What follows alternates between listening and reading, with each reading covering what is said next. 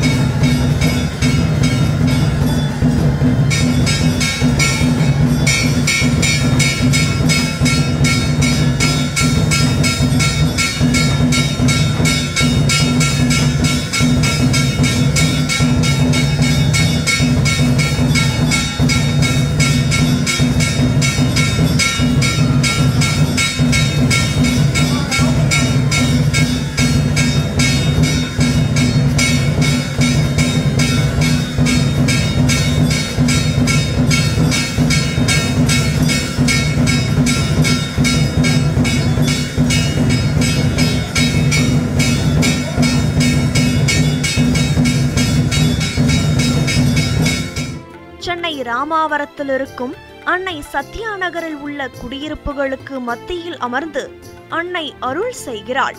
கருங்கல்லினால் ஆன 2 மூர்த்தங்கள் கருவறையிலிருந்து காட்சி கொடுப்பது பக்தர்களின் கண்களுக்கு விருந்தாக அமைகிறது.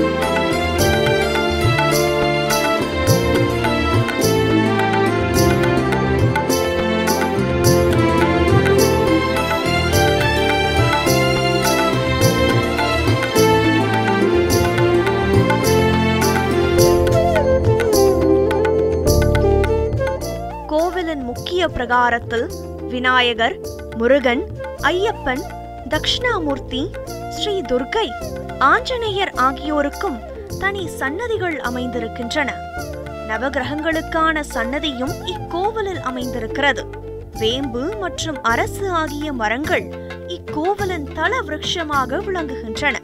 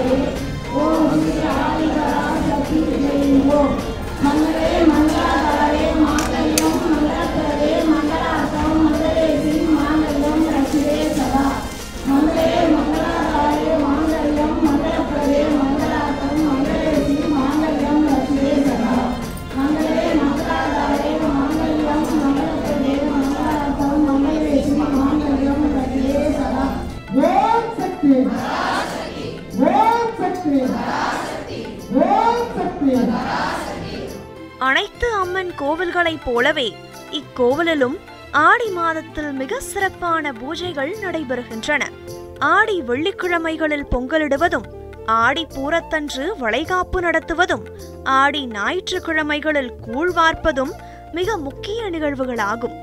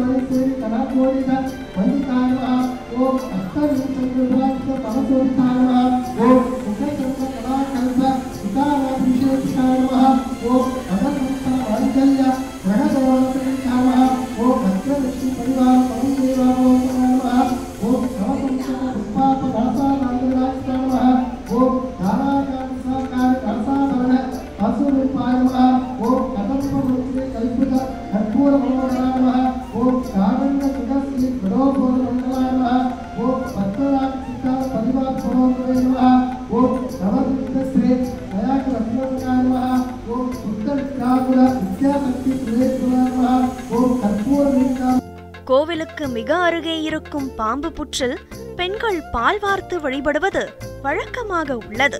இங்கிருக்கும் நாகதேவதையை கல்யாண சர்ப்பம் என்று அழைக்கிறார்கள். திருமணமாகாத பெண்கள் நாகதேவதையை வேண்டி பால் வார்த்து வந்தால் திருமணத்தடை நீங்கும் என்பது ஐதீகம். அம்மனை நினைத்து வழிபட்டால் நினைத்த காரியம் நடக்கும் என்று எல்லோரும் நம்பிக்கை இருக்கின்றது. அதேபோல் இங்கு சென்னையிலே எங்குமே இல்லாத அரச மரமும் வேப்ப மரமும் ஒன்றாக இணைந்து நாகர் சன்னதி கணபதி சன்னதியுடன் சிறப்பாக அமைந்துள்ளது. இங்கு திருமண தடை நீங்க, மாங்கல்யம் சக்தி பெறவும், குழந்தைகள் புத்திர பாக்கியம் சந்தான பாக்கியம் பெறவும் இந்த அரச மரத்தை 11 முறை சுற்றி வந்து அம்மனை வேண்டி வந்தால் குழந்தை பாக்கியம் தடைகள் நீங்கும் என்று ஒரு ஐதீகம் உள்ளது. திருவேற்காடுக்கு அடுத்தபடியாக சின்ன திருவேற்காடு என்று இங்கு உள்ள மக்களால் அனைவராலும் அழைக்கப்படுகிறது. இந்த கருமாரி அம்மனை வழிபட்டால் நமது வாழ்விலே அனைத்து சகல சம்பத்தும் சீரும் சிறப்புமாக வாழ அம்மன் அருள் புரிவார் என்று நம்பிக்கை உள்ளது. இங்கே புத்தம்மன் இருக்கு. புத்துக்கு நாங்கள் வந்து பாலெல்லாம் ஊற்றுறது இல்லை, ஆனால் அது வந்து சிறப்பு.